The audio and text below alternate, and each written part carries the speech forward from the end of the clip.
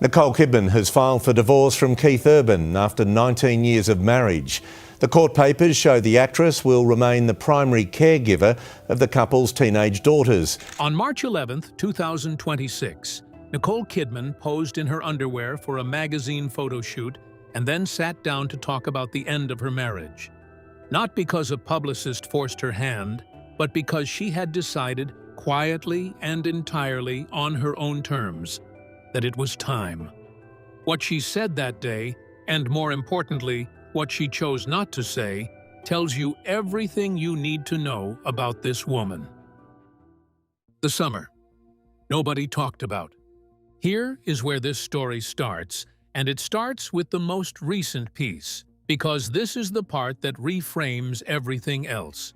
On March 11, 2026, Variety published an interview with Nicole Kidman.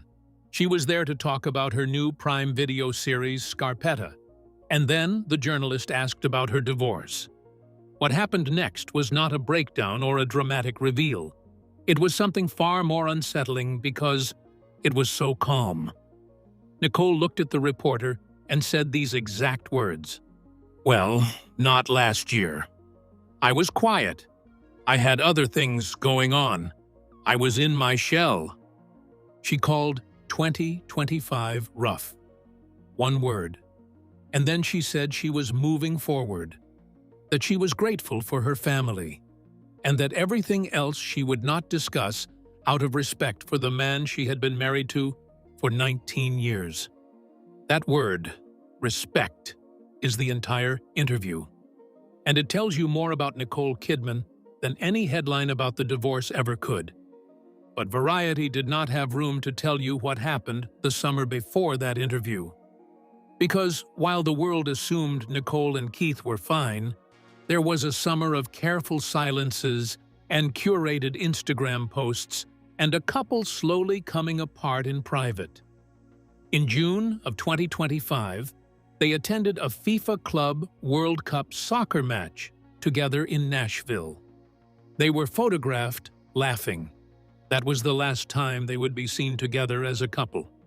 Within weeks of those photographs, Keith Urban had quietly moved out of the family home. The couple had been living separately since the beginning of that summer. Their publicists said nothing. And then Nicole posted a carousel of summer photographs, beach days, her daughters laughing. She captioned it, "Summer Memories. Now back to school." Keith Urban was not in a single photograph. Then came their 19th wedding anniversary. On June 25, 2025, Nicole posted a photo of them together on Instagram and wrote 3 words, "Happy anniversary, baby." Keith Urban's response was one heart emoji. No post of his own, not one written word. At the time, people read it as the comfortable understatement of a long-married couple. Now it reads as a man who had already left, leaving the smallest possible digital trace. It really has not been a secret in their circles that Keith and Nicole have been living separately for a while. People close to Keith felt like the split was kind of inevitable. The people closest to this couple had seen it coming long before the rest of the world had any idea. And then, one anonymous tip changed everything. On the morning of September 29, 2025, that tip reached the press. Within 24 hours, the most carefully kept secret in Nashville was on the front page of every entertainment outlet on the planet. The filing that changed everything. On September 29, 2025, TMZ broke the story. Nicole and Keith had separated. Urban had moved out. People magazine confirmed it within hours. The following day, September 30, Nicole officially filed for divorce in Nashville, Tennessee. Irreconcilable differences. She requested to be named primary residential parent of their 2 daughters.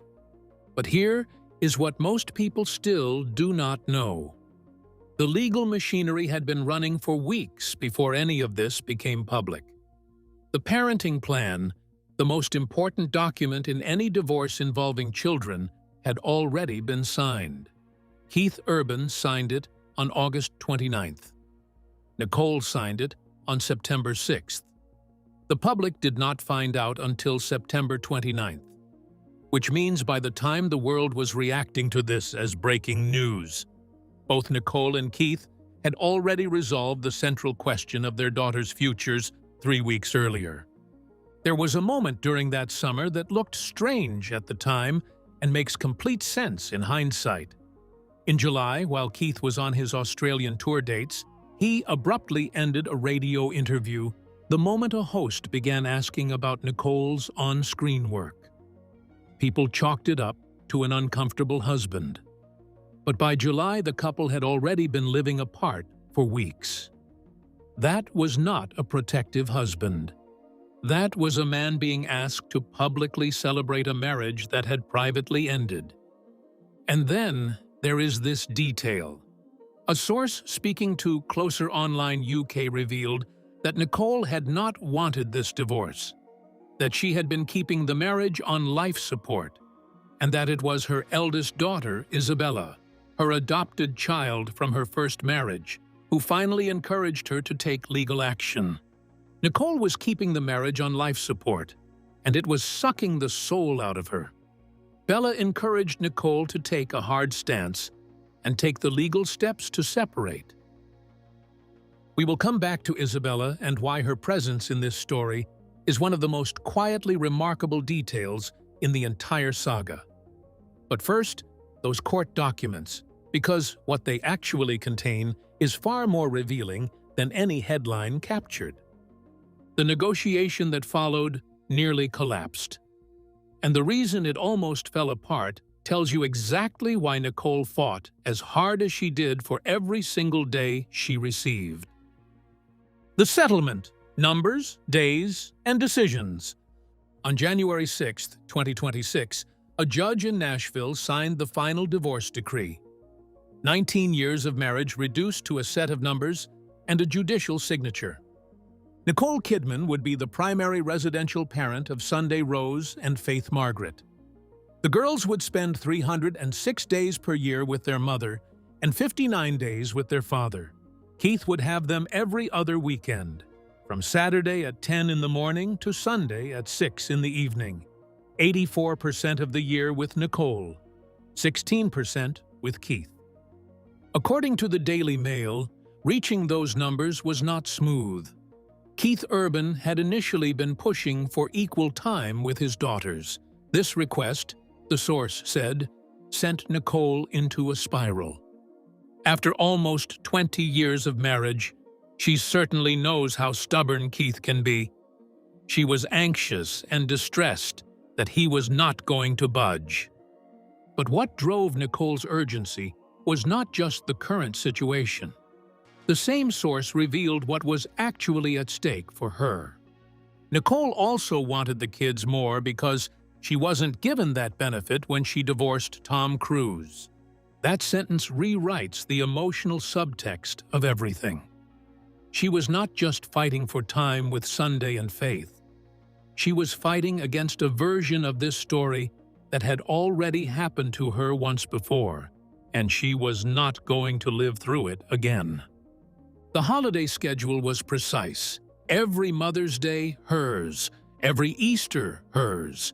Christmas, in odd-numbered years, hers. Neither party received alimony, and child support was set at 0 because Keith had prepaid his entire share of the children's expenses in a lump sum, covering private school and all childcare costs through the day each daughter graduates. One detail almost nobody reported. Between signing those documents and the public announcement, Nicole attended an event at the Academy Museum in Los Angeles, still wearing her engagement ring. The woman who had signed the papers ending her marriage was publicly wearing its beginning. Whether that was habit or something harder to name, nobody in that room knew enough yet to ask. The documents were signed. The numbers were settled. And then Nicole Kidman went silent for 5 full months. And the reasons behind that silence are more layered than almost anyone understood. Inside Nicole's silence. For 5 months after the filing, Nicole was one of the most written about women in the world, and she said nothing. She attended Paris Fashion Week as a Chanel ambassador. She appeared at industry events. She was present and polished and completely silent on the only subject everyone had questions about. Then came March 11th, 2026, and the Variety interview. She did not call a press conference or go on a morning show and cry on camera. She posed in her underwear at 58 years old, freshly divorced, and looked directly at the camera. Then she sat down and answered questions with the precision of someone who had decided exactly how much she was willing to say and exactly where the line was. When asked if 2025 was the year of Nicole Kidman, she stopped and corrected the premise. Last year was rough. She was in her shell. She offered no victim narrative, no accounting of who did what. She described what she was grateful for instead. What I am grateful for is my family and keeping them as is and moving forward. That is that.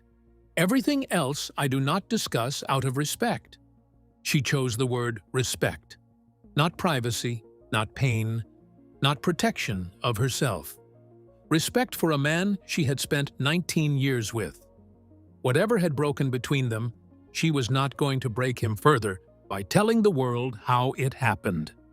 That is the choice of someone who loved someone, not someone who is simply managing public relations. She also stated, plainly, that she was staying in Nashville. "We have our life here," she said, in the present tense, not past. She was claiming a city they had built together as entirely hers, not as a place that belonged to the marriage, but as a place that belongs to her, permanently. On the same day on the Las Culturistas podcast, asked about romantic deal-breakers, she said, "bad breath." The audience laughed. She laughed. Underneath the joke was a woman making clear she was not performing devastation for anyone. Keith Urban's response was wordless. At his final Nashville show, a fan revealed her name was Nicole. Urban fell dramatically backward onto the stage and lay completely flat while the audience laughed. He said nothing about the divorce, and somehow that communicated more than any statement could have. Nicole spoke gratefully about her daughters in the Variety interview, but she has another set of children she did not mention, and understanding what happened to them is the only way to truly understand why Sunday and Faith mean what they do to her. The daughters, the heart of it all. When Nicole talked about Sunday Rose and Faith Margaret in the Variety interview, something in her tone shifted. The measured quality that had been present throughout the conversation gave way to something more open. She called them her beautiful girls, her darlings who are suddenly women. Sunday Rose was born on July 7, 2008. Faith Margaret arrived in December of 2010 via surrogate. At the time of the interview, Sunday was 17 and Faith was 15. They are, by every legal and personal measure, the center of this story. Throughout the marriage, Nicole and Keith had maintained an almost fierce commitment to keeping their daughters out of the public eye. No red carpets, no curated social media profiles. The protectiveness was consistent across nearly 20 years, and it did not disappear when the marriage ended.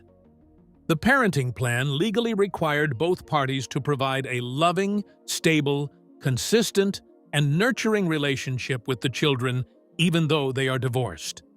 In May of 2025, just weeks before the secret separation began, Keith Urban stood on the ACM Awards stage to accept the Triple Crown Award and said something that has taken on an entirely different weight now. "My wife, Nicole Mary, is here tonight. I love you, baby girl. And our girls, Sunday and Faith, watching at home tonight. I love you both too." That was one of the last times he publicly called her his wife, Within weeks, he had moved out. That sentence, spoken under the lights of a major awards show, turned out to be one of the final lines of the marriage. Sunday and Faith are not the first daughters Nicole Kidman has loved. They are the first ones she got to keep. And the distance between those two facts is the most painful part of this entire story. The longer history. Nicole Kidman and Tom Cruise married in 1990 after meeting on the set of Days of Thunder. They adopted 2 children together during their 11-year marriage, Isabella Jane in '92 and Connor Anthony in '95. In February of 2001, Cruise filed for divorce, citing irreconcilable differences. She later disclosed to Oprah Winfrey that she had been pregnant during the proceedings and suffered a miscarriage after the divorce was finalized. After the divorce, Cruise deepened his commitment to the Church of Scientology. Former church member Marty Rathbun publicly stated that the organization worked to label Nicole a suppressive person, the church's term for someone whose influence members must avoid. By 2007, both Isabella and Connor had stopped calling Nicole Mom. The last time she and her older children were photographed together was that same year. I asked, "Hey guys, how is your mom? Do you see her a lot?" "Not if I have a choice," Bella said. For years, Nicole spoke about her older children with love and without accusation. They are adults. They are able to make their own choices. They have made choices to be Scientologists, and as a mother, it is my job to love them. Then, in September of 2024, Nicole's mother Janelle died unexpectedly in New York. Following that loss, Isabella and Connor reportedly sent Nicole a message, the first significant contact in a long period of time. It delighted her, according to sources speaking to New Idea magazine. And by the time the Keith Urban divorce was unfolding, Isabella had apparently become one of Nicole's closest emotional supports through the entire process, the person who finally told her to stop holding a dying marriage together and take action. The child Nicole lost in her first marriage was the adult who helped her close her second one. In April of 2024, Keith Urban stood at the AFI Life Achievement Award Gala and said something that reads now like a closing statement on the marriage. 4 months into our marriage, I am in rehab for 3 months. I had no idea what was going to happen to us. Nick pushed through every negative voice, and she chose love. And here we are tonight, 18 years later. 18 months after that speech, the marriage was over. He had told the entire entertainment industry that she saved his life. And then, over one quiet summer, they became 2 people living in separate houses in the same city. Nicole described 2025 as rough, but rough is carrying more weight than it appears, because the year that destroyed her marriage was also the year she decided exactly who she was going to be on the other side of it. The year it all happened and what comes next. In November of 2024, Nicole gave an interview to W Magazine about her film Baby Girl. She mentioned with clear delight that Keith Urban's nickname for her was Baby Girl, that he had the word tattooed on the back of his neck, and that nobody else was allowed to use it. 8 months later, she filed for divorce. In January of 2025, someone asked her the secret to a long marriage. She described their bathroom with such warmth that the quote spread everywhere. "We have a double shower. The double-headed shower, key to a successful marriage. Separate commodes and a double-headed shower." 9 months after saying that the divorce was filed, and between that quote and the judge's signature, less than 1 calendar year had passed. 2025 was also the year her mother Janelle died unexpectedly in New York. Janelle was a feminist academic, an activist, and the most significant intellectual influence on Nicole's sense of self. Nicole kept working and kept showing up publicly while privately carrying the grief of losing her mother at the exact same time she was losing her marriage. When she told Variety that year was rough, she was being almost unreasonably understated. Her career, remarkably, was having one of its strongest periods. Baby Girl earned major critical acclaim. Scarpetta premiered on Prime Video on March 11, 2026, the same morning as the Variety interview. She plays a forensic medical examiner whose need to understand death is traced back to the murder of her own father. That casting is not incidental at all. It is the work of an actress channeling something real into something fictional. Keith Urban has not said a single public word about the divorce. He relocated to temporary accommodation while Nicole remains in the family home. Two people who chose not to fight in a courtroom are still in the same city, raising the same daughters, under an agreement both signed before the world even knew the marriage was over. Nicole Kidman spent 19 years choosing love for a man who had her nickname tattooed on his neck. And when it ended, she protected him with the most carefully chosen silence in Hollywood history, which makes you wonder what she knows that she will never say. Drop your thoughts below.